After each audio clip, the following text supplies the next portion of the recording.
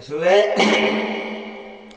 আমার নবী করিম সাল্লাল্লাহু আলাইহি ওয়াসাল্লাম উনি শেষ বিদায় হজের ভাষণে যে ভাষণ উনি দিয়েছেন,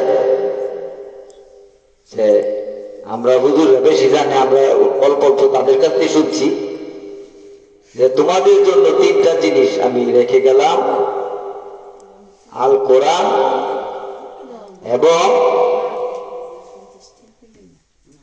আমার বাণী হাদিস এবং আহলে বায়াত। তো আহলে বায়াত আমার পরে আর নবী নাই, আমি প্রথম, আমি শেষ। তারপরে আসতেছে বেলায়েতের যুগ, বেলায়েতের যুগে অলিগণ থাকবে, অলিগণের হাতে হাত দিলে আমাকে তোমরা পাইবে। কথাটা এরকম না, নাকি না মিথ্যা? তাইলে আমার হযরত আলী মা ফাতেমা হাসান হোসেন এই প্রাক পঞ্চায়েত থেকে বেলায়েত শুরু। তো গান বাজনা জায়েজ করেছেন আমার খাজা বাবার একটি শান রাখবো, ধন্যবাদ। যন্ত্র ছাড়া জর্দা ছাড়া গান আর যন্ত্র ছাড়া গান এক কথা, তারপর চেষ্টা করতেছি।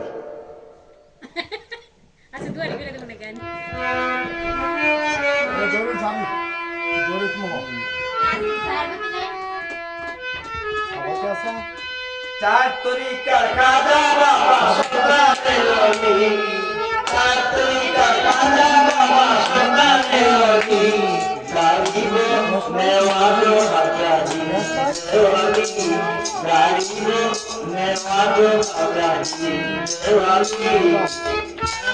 ও ভাই বাইরে পড়ে তো